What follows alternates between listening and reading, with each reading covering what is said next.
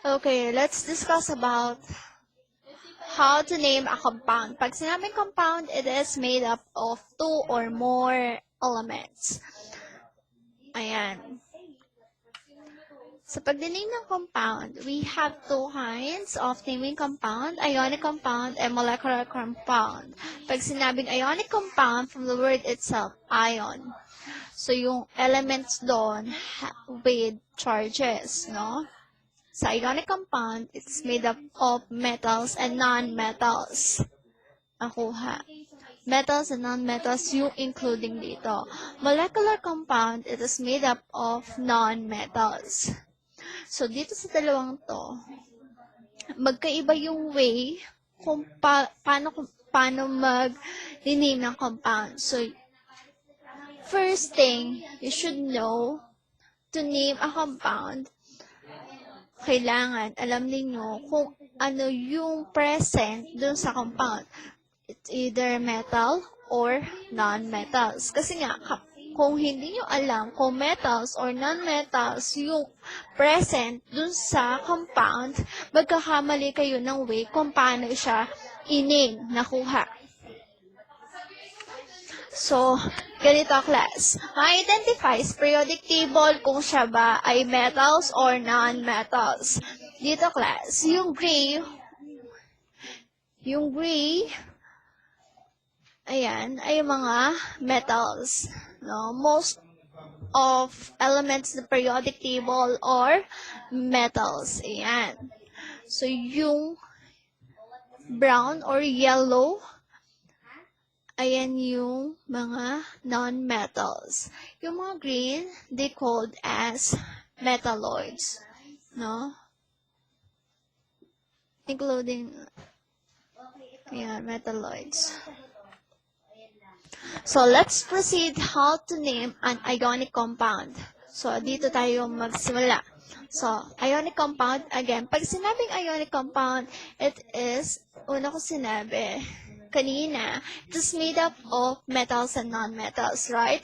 So, kapag sinabing metals, it has positive charge or sinasabing cations, no, class? Kapag sinabing cations, it is the element with positive charge. Kapag sinabing anions, it is the element with negative charge. Ma'am, bakit nagkakaroon ng negative and positive charges sa mga element? Because they gaining and losing electrons. Bakit nag-gain and losing electrons sila? Kasi nga, ayun yung time kung bakit nagbabind yung elements sa iba pang element. Bakit nagbabind yung iba pang element sa iba pang element?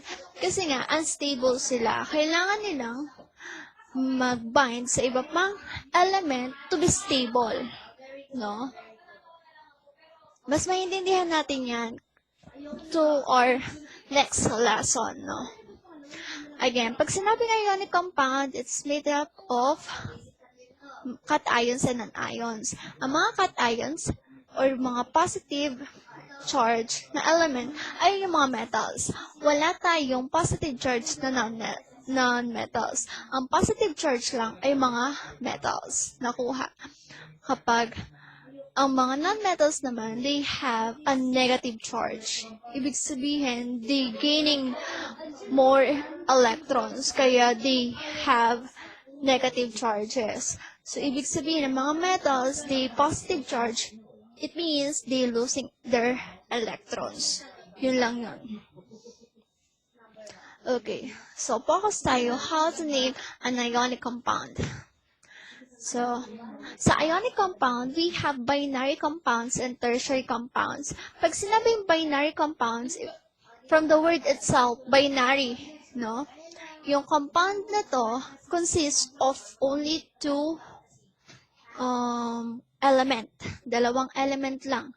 So, tertiary compound, it has three elements. Contains three elements. So, magkaiba yung way ng pag-name ng binary compound sa tertiary compound. Again, ang una natin, dinidiscuss how to name an ionic compound. Ibig sabihin, ito yung mga compound which contains metals and non-metals. Nakuha. So, how to name an ionic binary compound? So, para mas madali, ito yung formula. Sa binary compound, take the first element name, kuhain yung first element name, or cations, plus the root name of the second element, kuhain yung root name ng second element, plus IDE. Ganon ang pag-name ng binary compound. Let's have an example. So, it is Na2O. So, pag ganun bang magbanggit ng chemical formula? No. So, kaya nga nandito tayo, we need to know how to pronounce or how to name compound. So, this is an example of compound. Una, sinabi ko kanina, unang kailangan malaman natin sa pag-name ng compound, alam mo dapat kung ano yung present dun sa compound. Kung siya ba ay metals or non-metals nakuha. So, dito, class, sodium, it is metal element. And oxygen, it is non-metal element. Ibig sabihin, siya ay isang ionic compound. Nakuha. So, ilan ba na element yung involved dito sa compound? It has 2 elements. So, ibig sabihin siya ay isang ionic binary compound. No? So, paano mag-name nito? So, sabi nga, take the first element name. So, usually, class, and all the time, ang chemical formula, ang tawag dito is chemical formula. Ang unang element, this is the metal, no? And this is the non-metal. Hindi na una isulat ang non-metal kaysa metal. Ang unang na isusulat sa chemical formula ay yung metals. So, yung metals dito is sodium. So, yun nga, yung cations, right? So, you need to take the name of the first element. So, what is the name of this first element? It is sodium. No? And then, the root name of the second element. So, what is the root name of the second element? Ano bang root name ng this is oxygen, right? So, kuhain daw yung root name ng second element. The root name of oxygen is oxy or OYX, right? So, plus IDE. So, sodium and the second element is oxygen, right? The root name, ang root name niya is OXY plus IDE. Diba may rule sa English? Kapag yung i-add mo is vowels, yung Y is may eliminate or ma-omit, right? So, sodium and sodium oxide. So, ayan yung name niya, sodium oxide. Right? Example pa tayo. So, what is the first? It is Mg. Ano yung element to? It is magnesium. No? Magnesium. Get the first element name. And what this element? It's nitrogen. So, what is the root name of the second element? Nitrogen. So, tanggalin si gen. It's nitri. No? So, add IDE. So, it is magnesium nitride. So, ganun mag-name ng it is binary ionic compound. This. Aluminum. It is aluminum. And aluminum. Oxygen is the second. Ano yung root name niya? It's oxide. Aluminum oxide. So, ganun lang pag-name. So, again, isa sa importante para malaman ang pag-name ng compound. Alam niya kung paano, kung ano ang present dun sa compound. Kung siya ba ay metals or non-metals. Kasi magkakabukod yun. So, dito, class, ang rule na to ay for ionic binary compound kung saan yung first element it is metals, yung sumunod is non-metals, get the root name of that N plus IDE.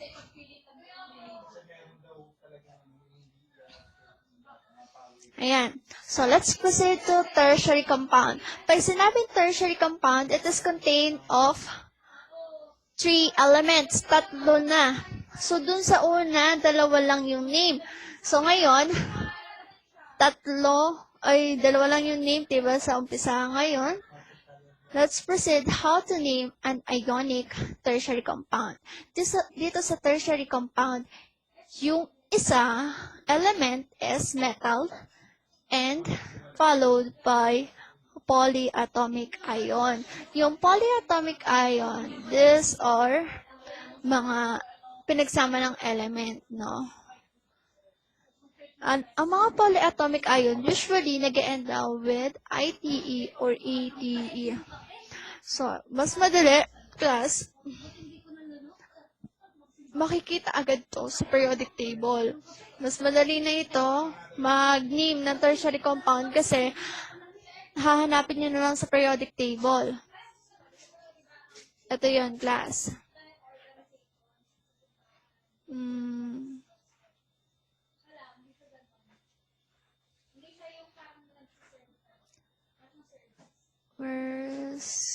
Ayan.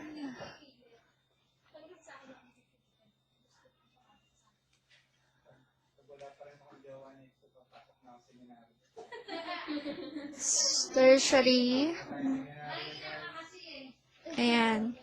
Ayan ang mga tertiary or polyatomic ions, no?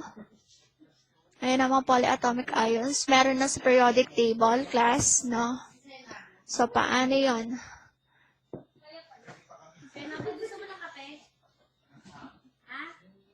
So, may dalawang klase ng pag-name ng tertiary ionic compound. May tinatawag na lower oxidation number and higher oxidation number. Ma'am, ano yung lower and higher oxidation number? May mga polyatomic ions na merong variable charges na kung saan magkaiba, may higher and lower. Like for example, dito, sa chlorate. Yung chlorate, nag-end sa ATE. Ayan, ito, ClO3. Yung ClO3, they consider as the higher oxidation number. Kasi, mas mataas siya kaysa dito sa chlorite, which is ClO2, which is considered as the lower oxidation number. Mas mababa siya. Ang pag-name ng lower oxidation number, nag-end siya sa ITE. Dito, nag-end sa, ang higher oxidation number, nag-end sa ATE. So, paano mag-name ng tertiary compound kapag lower oxidation number? So, kanina nga sinabi ko, mas madali na sa pag-name ng tertiary compound kasi titignan mo na lang dito kung ano yung kadikit niya na metals, iduduktong mo na lang siya. Nakuha. So, ito yun. Get the element name of metals plus the root name of polyatomic ions. Ayun na din yun. Ito siya, class. And ITE kapag lower oxidation number. So, hindi na to. Hindi nyo na masusundan to din kasi nga, titignan nyo na lang siya dito. Nakuha. Kapag higher oxidation number, it's nag-end siya sa ATE. Ayan yun. Example tayo. So, this is an example of tertiary. Kasi nga, this is of 1, 2, 3. 3 elements class, no? This is sodium. Sodium, it is a metals, right? And this NO2 is considered as polyatomic ion. Nakuha. So, umpisa, sabi, sa pag-name ng tertiary compound, kuhain ang first element name or yung metal name and the name of polyatomic ions. It is sodium, right? Sodium. And titignan nyo na lang yung periodic table kung ano yung tawag dun sa NO2. So, ano yung NO2? Nasaan na yun? O, wala dito. NO2. Nandun yun sa iba pang ano, diba? That is higher oxidation number or lower oxidation number?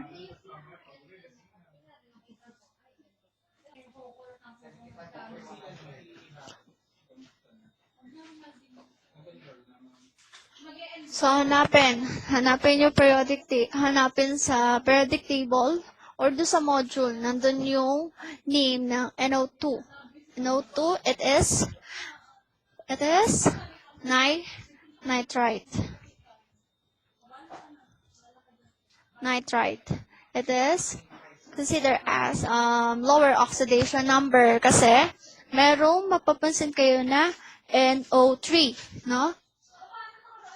Nag-end sa ITE. Nag-end sa ITE kapag lower oxidation number. Kapag higher oxidation number, nag-end sa ATE. So, mapapansin na yun dito. Kasi may list na ng mga polyatomic ions, no? So, this is sodium nitrite. So, this. Another example of tertiary ionic compound. Magnesium. Get the first. Magnesium. What is PO4? It is higher or lower oxidation number. Hanapin do sa module or do sa periodic table. PO4. Tignan. Nandito sa cellphone ko. PO4. Phosphate. It is phosphate, no? Ma'am, paano yung mga subscript na dito? Ano yan? So we furtherly discuss tungkol dyan kapag i-discuss na natin yung how to write a chemical formula. Kasi ngayon, nagpo-focus pa lang tayo how to name a chemical formula. Ma'am, paano kapag baliktad na? Ayan, mamaya. Okay, next. This one.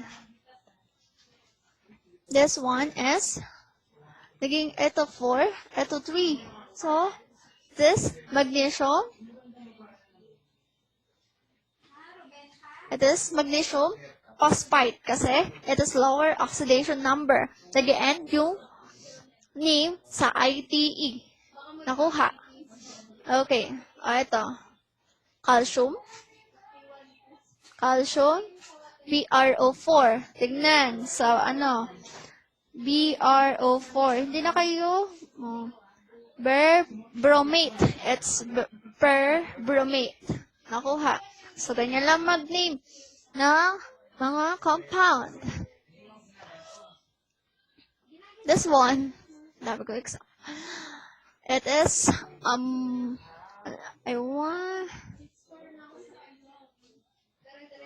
ammonium and oxalate. Ammonium oxalate. Andito na din mismo, diba? So, pag sinabi ni tertiary din, apat na din to. So, another one. So, tapos na tayo sa binary and tertiary ionic compound. Paano naman kapag may different or variable charges? Yung mga element, either the classic method or the stock method of naming may be used. May dalawang method din ginagamit sa pag-name ng mga compound na merong variable charges. Ano yung mga variable charges? So, meron kasi mga element na kung saan may mga iba't ibang charges. Dito mapapansin nyo, class. Wait. Napansin nyo, class, negative common ions. Ibig sabihin, negative common ions, merong mga charges na common na charges, no?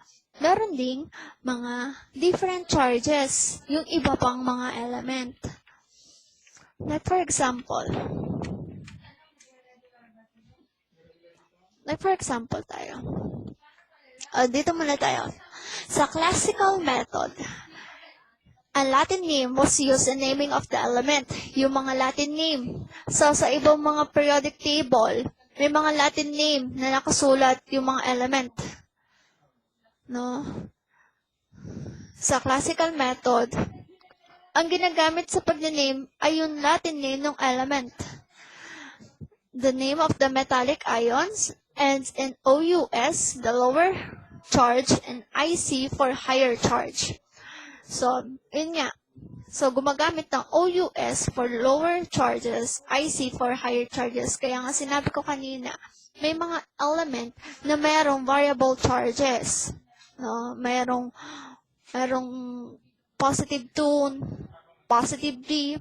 So, ang pagdinig nun, nakabase din sa kung ano yung i-add niya. Kung ano yung i-add dun sa naming. No? Mas maintindihan natin yan kapag may mga example tayo. So, dito, sa classical method, the Latin name, OUS for lower charges, plus the root name of the second element, plus IDE. Sa classical method, again, kukuhain yung Latin name, yung root name, yan. Specifically, the root name of the Latin name, plus OUS, plus the root name of the second element, plus IDE. Yan. So, ayan. Kapag higher charges, IC yung i-add, plus the root name of the second element plus IDE. Again, sa classical method, ang ginagamit ay yung Latin name ng element. So, ano yung mga Latin name of element? So, these are the Latin name, gold, aurum, silver. Ayan, mga Latin name. So, we have, I think it's 30. Hindi lang 9 yung may Latin name. It's 30 elements sa periodic table ang may Latin name. Ayan. Let's have an example. Example muna tayo. Ano ba yan? Stock method. Edit natin.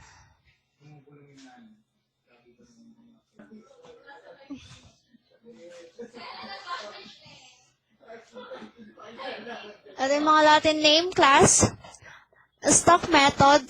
Sa stock method, another way to name the metallic ion with variable charges. The metal name, first follow the value of the charge written in Roman numerals equals M parenthesis. O, kaya niyo yan. Kaya natin yan. Okay, so paano pag-name ng stock method, pag-name ng compound ng variable charges in stock method? The element name or the metal name, the first element name, plus the Roman numerals. So, dito sa stock method, ang ginagamit is yung usually na name, this periodic table, or yung English name. So, may Roman numerals kung ano yung charges na present dun sa element na kuha. Plus the root name of the second element, plus IDE. So, usually, napapansin nyo, class, kapag dalawang element lang yung involved, ang ina-add do sa dulo is IDE. Kapag consists of three and more element, nag-end siya sa ATE or ITE, right? Diba? Okay, example tayo. So, this is an example. Ionic pa rin to, diba? Ionic pa rin. So, ang iron, it is an example of element with variable charges. Kasi, meron siyang, I think it's 2 or 3 charges. Makikita yan sa periodic table. Dun sa periodic table, wala akong example. Tignan yung legend. Then, dun sa periodic table. So, again, makikita sa periodic table yung charges ng isang element kung siya ba ay merong variable charges. So, pag-aralan natin yun nandun sa periodic table. So, again, ma'am, paano malalaman kung siya ba ay kung mayroong mga variable charges ang iron, ano ang kanyang charges? Kung siya ba ay may variable charges, no? So, ganito class. Umpisa na ang class.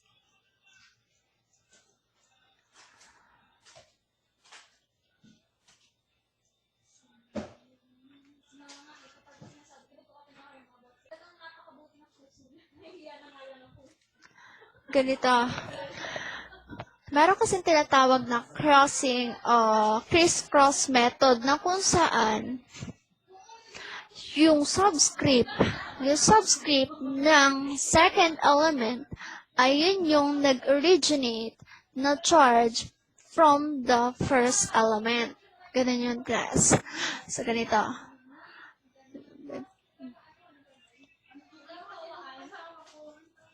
Ganito siya. Ano yung example natin? It's, ano ba yan, ma'am? Okay.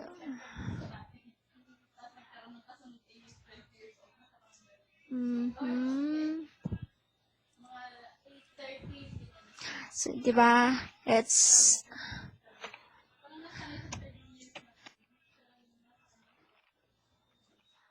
ayan.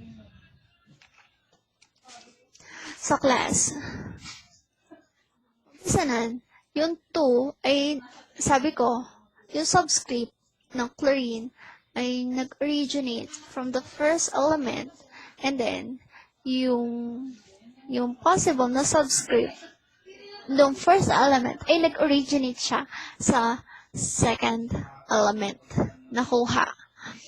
So, ganun yun, class. Ma'am, paano nalalaman yun? For example, Fe.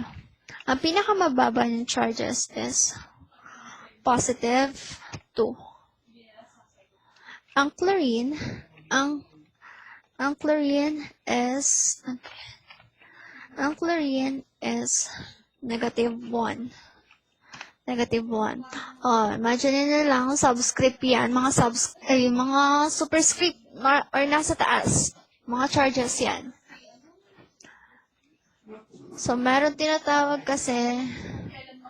tinatawag na yung charge ni chlorine ay magiging subscript ni iron and then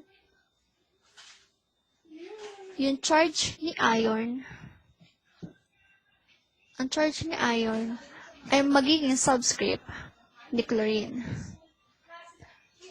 Ganon. Sa ganong method, doon na-formulate. Doon galing kung paano mag-write ng chemical formula. Nakuha. So, kapag ang mga subscript or yung mga charges nila ay naging subscript, ito ang mangyayari. Ganun siya. Diba? So, diba? It's kung 3 Fe, kung yung chlorine, yung negative 1 niya is magiging subscript ni iron, hindi sinusulat ang subscript na 1. So, disregard din yung kanyang mga charges. At yung charge ni iron ay magiging subscript ni chlorine. So, ayun na yung kanyang chemical formula nakuha. So, ano yung ginamit natin? Ano yung ginamit dun sa, anong charges ni iron? It's 2. Lower oxidation ba to or higher oxidation? It is lower oxidation number. Why? Kasi merong 3. May 3 dun na higher oxidation. Possible na higher oxidation number.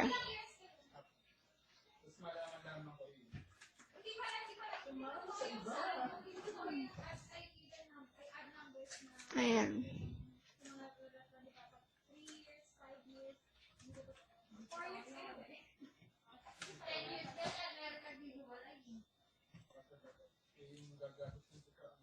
So, based dun sa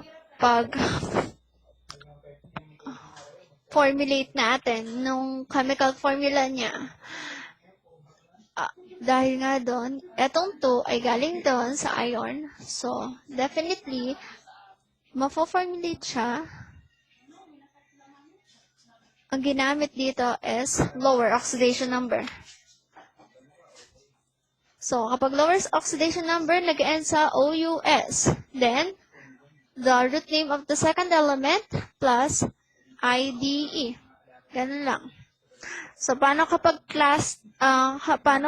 stock method, gumagamit ng Roman numerals? Yung English name, take the English name of the element, iron.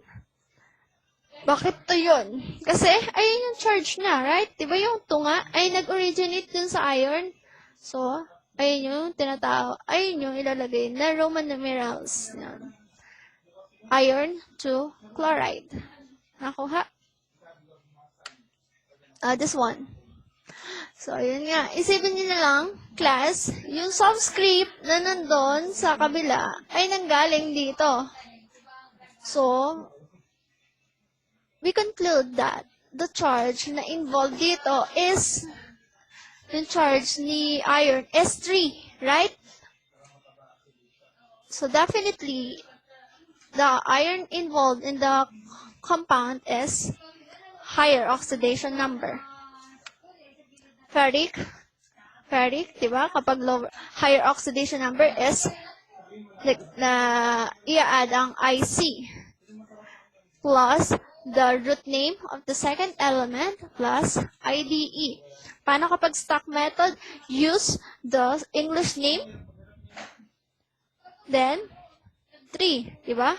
3 na yung involved doon. Bakit 3? Kasi nga, ito yung nag-originate dun sa iron chloride. Nakuha. Hirap pag-explain dito. Kaloka.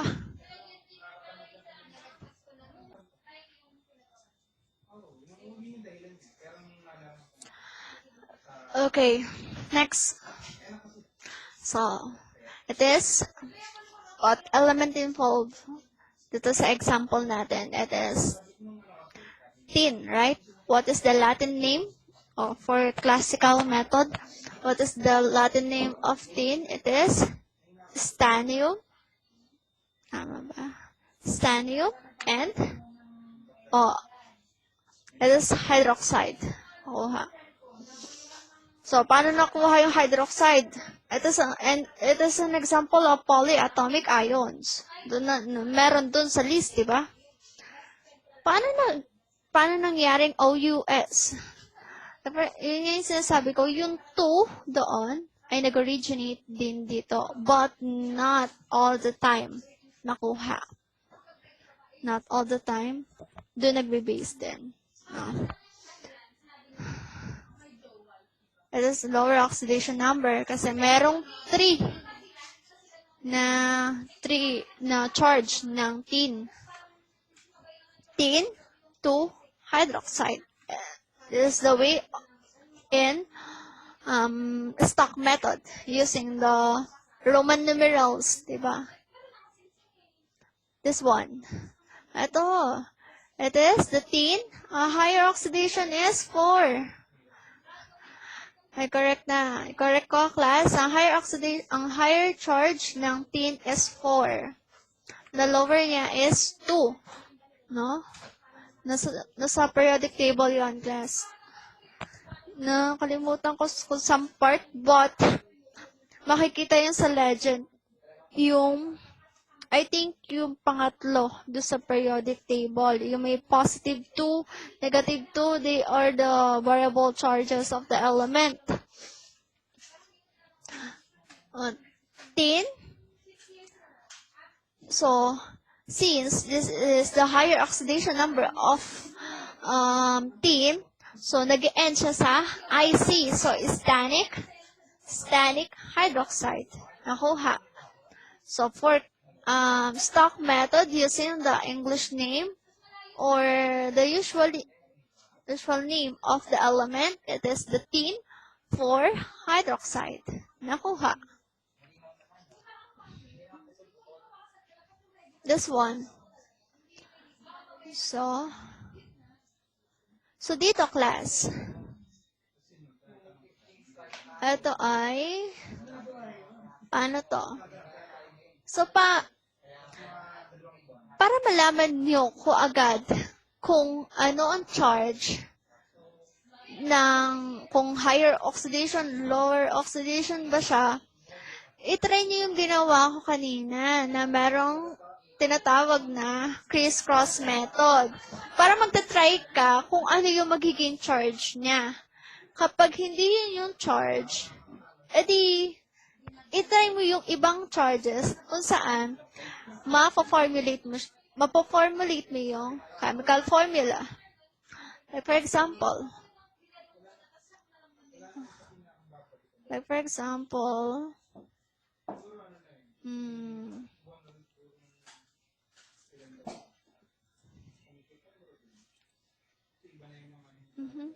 Nasaan na yung pambura?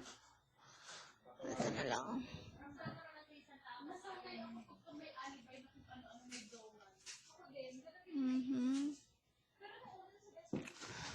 Si copper, SO4.